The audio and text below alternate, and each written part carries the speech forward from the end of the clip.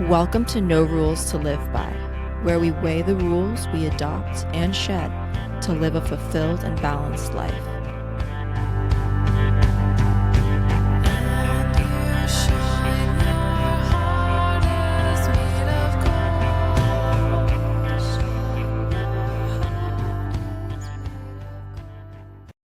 So, welcome to No Rules to Live By. Today, we are talking about love, the most important topic, and specifically love as it surrounds Valentine's Day and the different ways to celebrate it, the different expectations around it, the celebrations, the disappointments, the celebration of romantic love, platonic love, and self love. For sure. I feel like every year is different. Like you're always in a different place when this holiday comes around, and it's kind of funny because even though it is a man-made holiday built for capitalism, I'm pretty sure. Are there any roots to this other than Hallmark? I mean, there's like the story of like Saint Valentine's, but it's not really a romantic tale. So, yes, I think it bugs me every year because it does get under my skin no matter what. I feel like I always like have these expectations, and then I like get myself all worked up, and then yeah, it's just like kind of a pain in the ass. You gotta just like, I don't know. That's just me. What about you? honestly, I'm just really grateful for how free I feel this Valentine's Day. I just don't have any emotional charge around the holiday at all. That's good. I do. And good thing that Will can show up for it. He's trying. It's hard. I'm a moving target. Yeah, I think that I've had a lot of different types of Valentine's days. I've had Valentine's days where I've had boyfriends. I've had Valentine's days where I'm single. I've had Valentine's days where I felt so loved and so special. And I've had Valentine's days where I felt like I was pulling my partner's teeth to get them to celebrate in any way or even make a dinner reservation. And I think that that's where it's really important to communicate your expectations if you are in a relationship. But I think that one of the biggest blights of Valentine's Day is that it puts all of this pressure around being romantic and having someone show up for you in a specific way that you're expecting.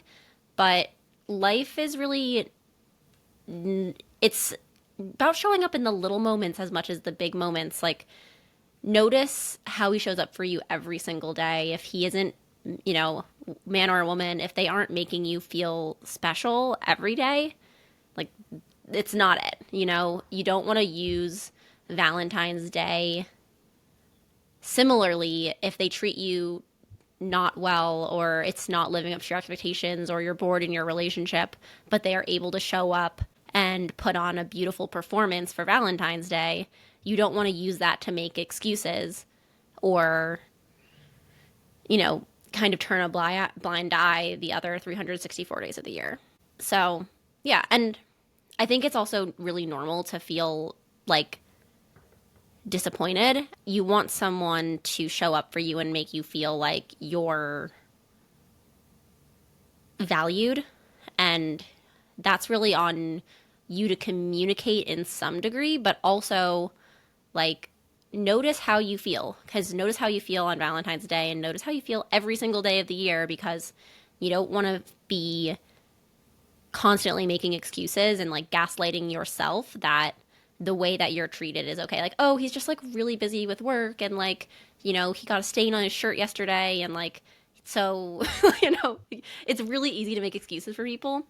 But how you feel is really important. And that's not on Valentine's Day. That's on just relationships in general and noticing what your expectations are, how people are showing up for you, communicating that and seeing if you're able to have, your needs met. And I say relationships and I kind of separate the expectations and the requirements of a relationship and the work that it takes in a relationship separated from love. I think that on some level, they're different topics.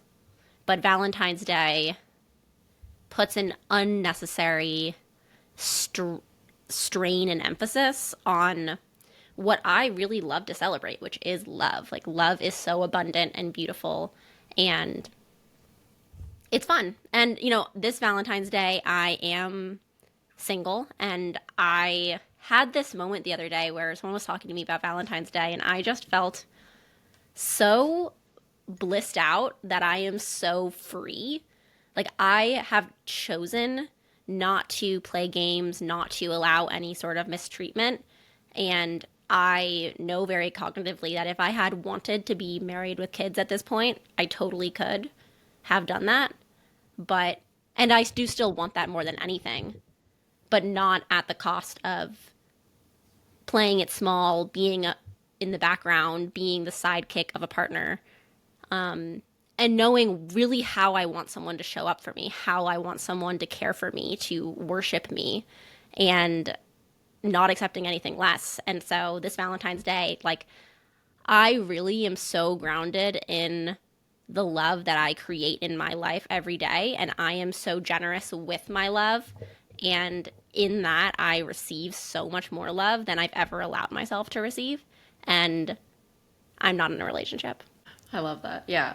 I'm actually, like, one of the things I'm most excited about this week is I'm going out to for martinis with two of my best friends out here in Connecticut, one of which just had a baby.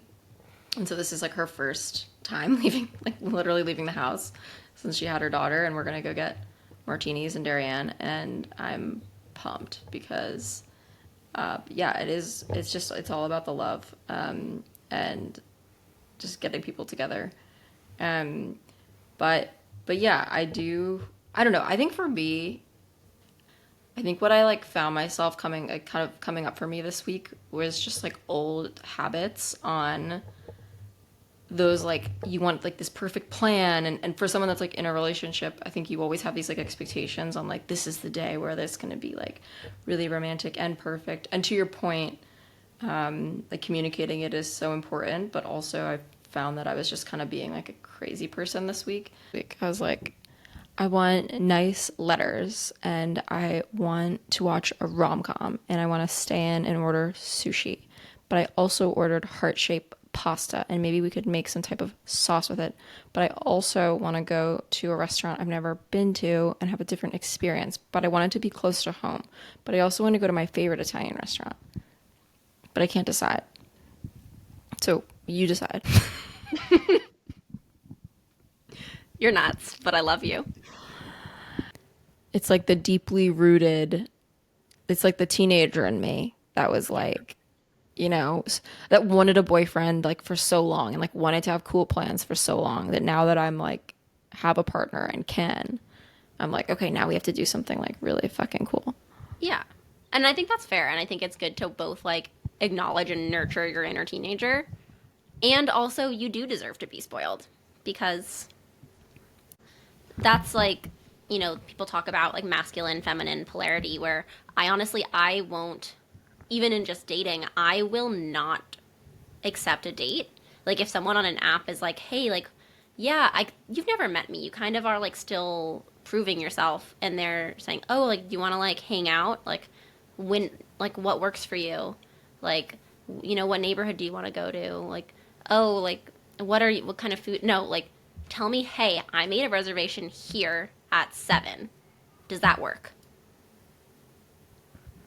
Like, yeah. That's what I want, like decisiveness. And I think that is so hot and so attractive in a man, and is kind of like a new standard that's been set for me.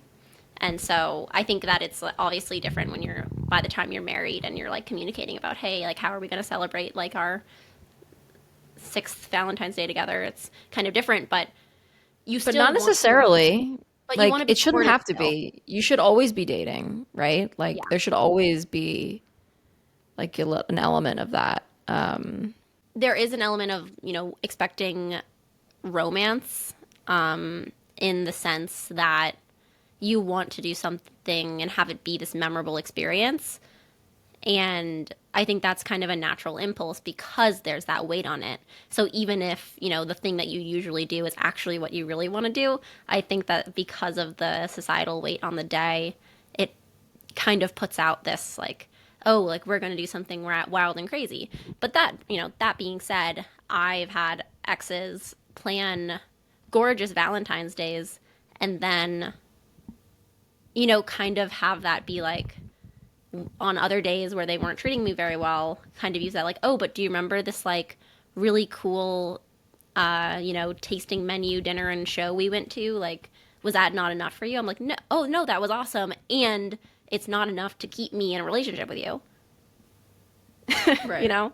So it's like Yeah. putting one day doesn't make a relationship. Every day makes the relationship. So true. Yeah, it really is true, and it's not even a real holiday. So it's like it's just like being a girl, like I just can't. And I think a lot of it is just like the conditioning. So I have to like just remind myself, like you just have to remind yourself of that it is not a big thing. It is like not a big deal. And if you're not gonna embrace the positives of it, then just like pretend it's not even a thing. And like when I was single, it being really hard sometimes, like just seeing the people that had dates, or I think what I really remember was working in an office and having people get roses to their desks. That was always like, why not me? Of just like my female coworkers getting like bouquets of rose, bouquets of chocolates. And it was just like, fuck, this sucks. So yeah, I definitely have been there. For sure. Flowers are interesting in that, they are kind of. I've had people say that they don't like flowers because they don't last and they die. And I think that's pretty negative because I think that flowers are like beauty and nature in life. And I love getting flowers. Yeah, it kind of comes back to like the love languages, which are controversial because I know there definitely are more than just five. But I think a lot of times too with guys, it's just a simple like it's like just forget or just don't even care, which is also hurtful. And sometimes too, like I find with men and they aren't mind readers and they don't know and they need guidance. And so I can't tell you how many boyfriends I've driven mad trying to like have them figure out like what's in my head without even just spelling it out for them clearly. And it was like lesson after lesson after lesson, and then like finally with Will I just am really clear on like this is what I want. Sometimes I can be a little crazy and change what I want like 10 times, which I totally did this week. And he's just like, my wife is an insane person, but like we're gonna roll with it. Yeah. And I mean, I think that there is a level of expecting to be treated and be a little spoiled. Like I think that's an okay expectation of like, oh, I really would love my partner to spoil me a little, even in little ways, a box of chocolates. But I also think that as far as kind of making the same mistakes throughout relationships, it's on attachment than love languages. But if there's one thing I know about relationships for sure, it's that you will continue to reenact your wounds until you decide that you're going to love those parts of yourself. And that's where I think self-love is so important, and there's so many little ways that you can just love on yourself every day, but especially on parts of you that have attachment wounds, that have, different types of relational baggage, until you decide that you're going to love those parts of you, those parts that you want to hide, you're going to keep reenacting them and trying to find people who poke those same wounds in you.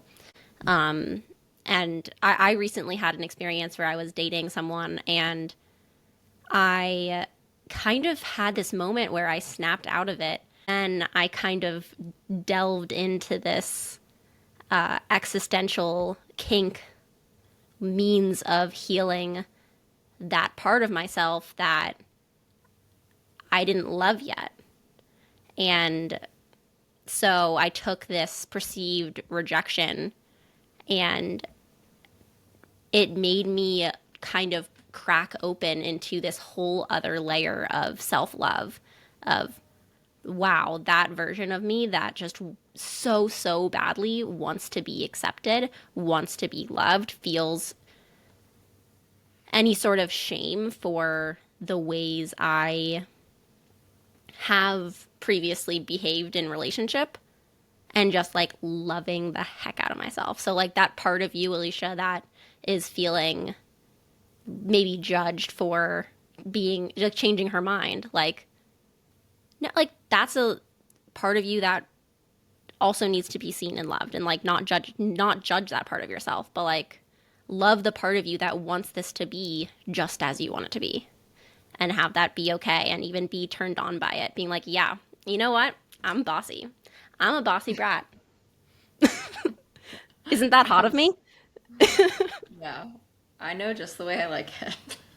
Yeah. I think too is like when you meet the right person, you obviously can like be your whole self and are like fully accepted. Like I think something for me that came up a lot in my like younger relationships is I'm just like such a nurturer, and I am like You really I are. do know what I like, and my siblings always make fun of me that I always get my way. And I think like that came up in relationships a lot when I was younger, that where that didn't work for someone else, like that wasn't the way, like they wanted to get their way, and I've obviously had to like learn and adjust and mature and chill out. But when you meet the right person, like it fits like a glove, and like the right Yeah. person like wants all my nurturing and all my love and all my affection, and like loves that I made like 10 different plans and then like thought about it for a week and had like a bunch of different reservations and project managed the whole thing. Like that's just my energy. And like for some people that's crazy, but for some people that's like for the right person, aka my husband, like he loves it, and he's just like laughing, being like, I had a feeling we'd end up at the original plan, and here we are. But yeah, whatever works, whatever works, babe. Yeah. And I think that that's on receiving. Not everybody feels comfortable receiving love in the same way. Like some families don't say I love you, aren't affectionate. No, it's really based on both upbringing, but also, that's a nature versus nurture debate. But people have different ways that they are comfortable not only showing love, but also receiving it.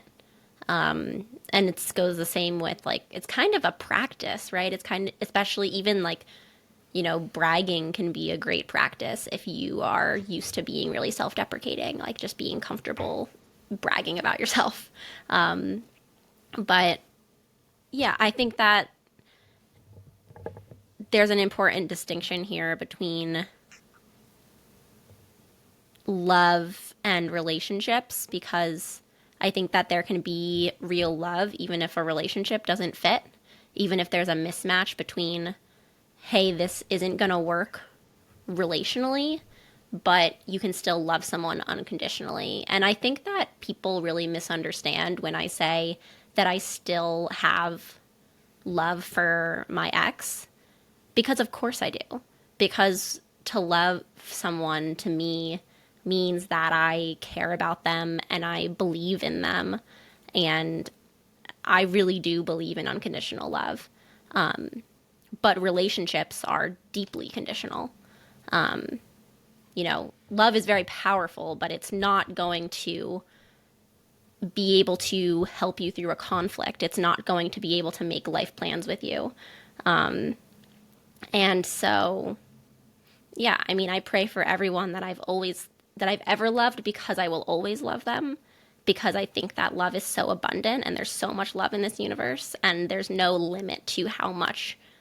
It's like a mother has another child, and it's like not like they have less love for the first child. It's like they just have more love, and people can always carry more and more and more love.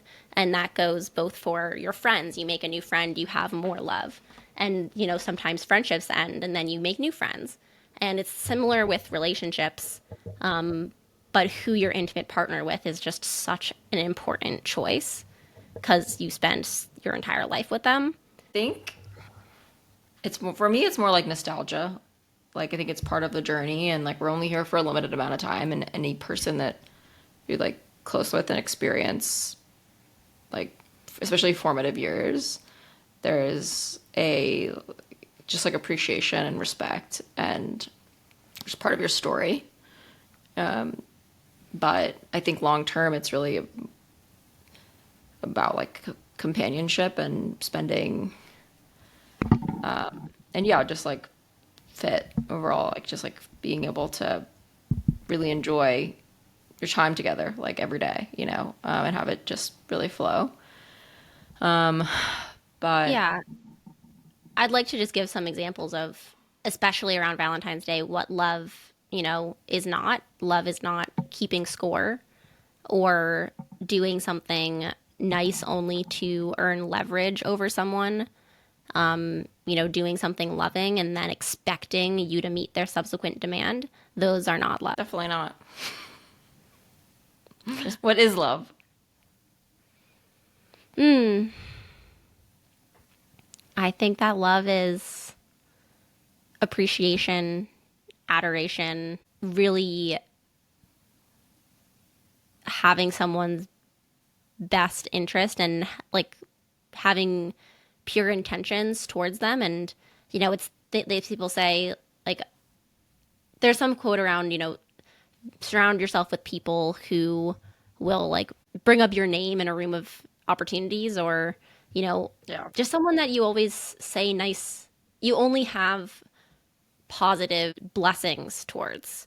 And of course, there are times where you can love someone and not necessarily agree with something they do or have a conflict with. But I don't know. I just think that love is kind of the energy that connects all of us. It is that like pulse. It's our heartbeat of that's in us in the universe. How would you define love, Leash?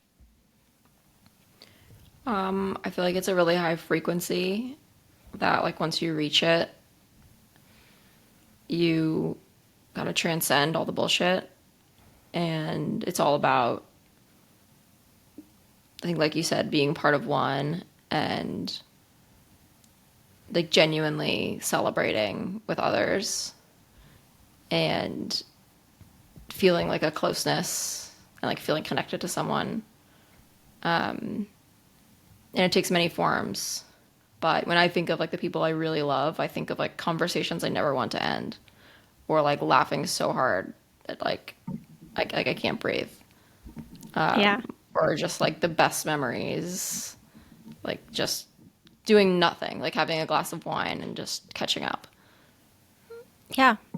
And thus, like, relationships are what make your life beautiful. They color your everyday moments. And it's important to surround yourself with love. And I've made a conscious effort in the past couple of years to really build platonic love. And I've put tenfold more effort into building platonic relationships and platonic love with my friends than I have even romantic relationships because, you know, I wasn't in a place to pick a new partner to spend my whole life with, but I wanted to be with humans who really like fed my soul and who nourished my life.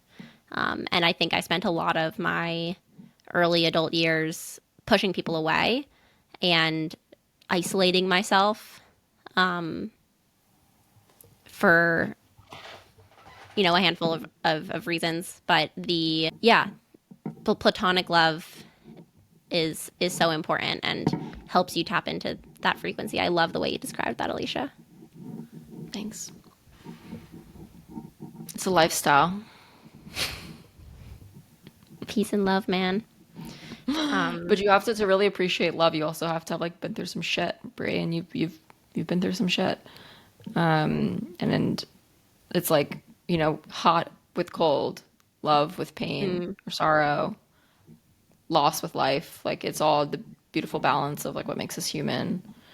And it's all part of the journey that really like Yeah. makes that longing for love, that appreciation for love, that cultivation of love that you've like formulated into a practice and made like such a part of your essence now. Had you not gone through that tumultuous relationship, you wouldn't be where you are right now, and you wouldn't have just like such a focus and like a respect of it. And so Yeah, it's all definitely. I mean, connected.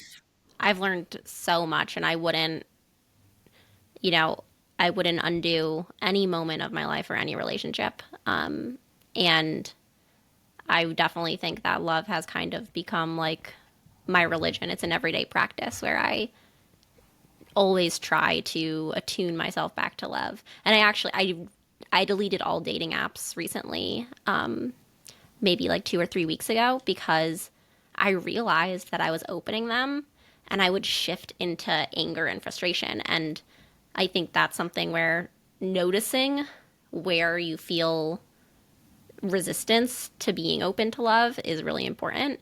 And it's funny because like, oh, I'm going on the dating app, I'm opening myself to love. It's like, actually, I'm not in the frequency of love. Like this experience right now is putting me energetically into a negative place. And so I deleted them and I was like, I am better off not putting my energy towards those, but cultivating the energy of love in myself. And then maybe in the next week or two, I get back on or I try something new. Maybe I call a matchmaker. Maybe I just go out into the world in that vibration of love and be open to it and meet people in the real world. I don't know. I don't really have a plan, but I do know that there is definitely, I mean, dating apps are like really brutal, take a lot of your attention. It's really,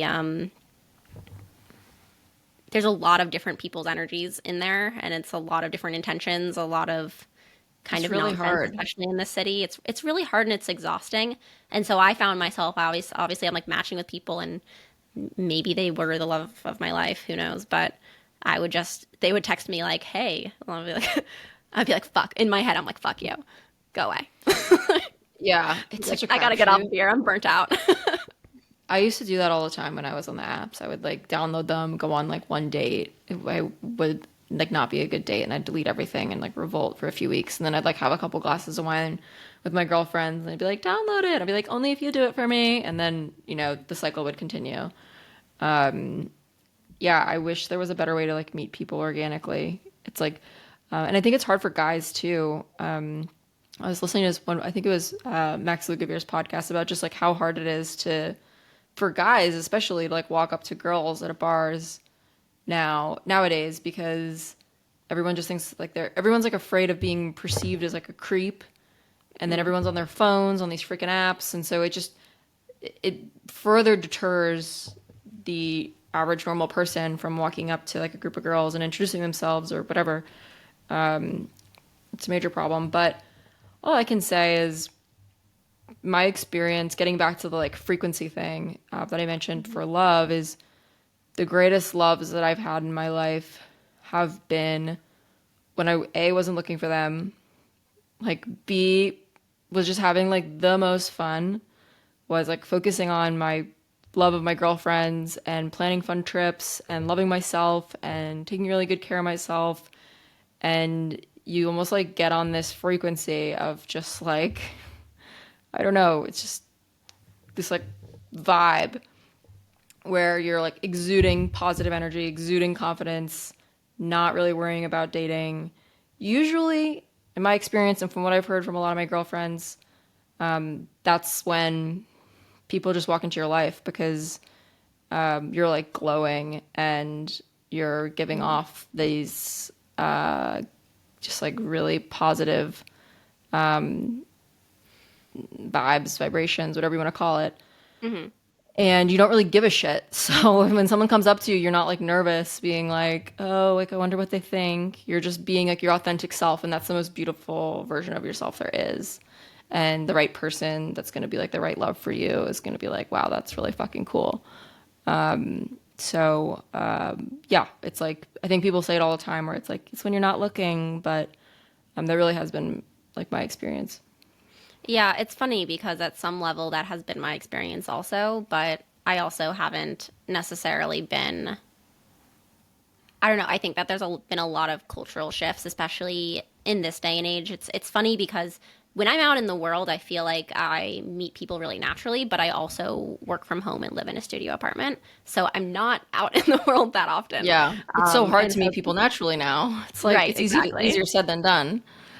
But it is true that I think you meet people when you are most yourself, and that's like a core value of mine is just constantly cultivating this love more of myself and giving myself permission to be authentic, and the parts of me that I hide, just trying to like very consciously love all aspects of me more and more, to give myself more and more permission to reveal myself, because the more you allow yourself to be open and be out there and show parts of yourself that might be scary, the more likely you are to attract the people that resonate with you, and that whether that's romantic or friendships or opportunities. And so I think For that listeners that's to the pod. listeners to the pod, people who want to hear us talk about this. That's the kind of thing is, it's scary to put yourself out there in dating. It's scary to put yourself out there in life. Yeah. But the more you show who you are and love that, the more likely you are to receive it. And so we hope people love this pod, and this pod is an act of love, and it's us loving on whoever is listening, because we're trying to share that frequency. Thank you for taking the time to listen to this episode. If you enjoyed it, please leave us a review, follow us, or share it with a friend. Have a great day, and remember, you make the rules.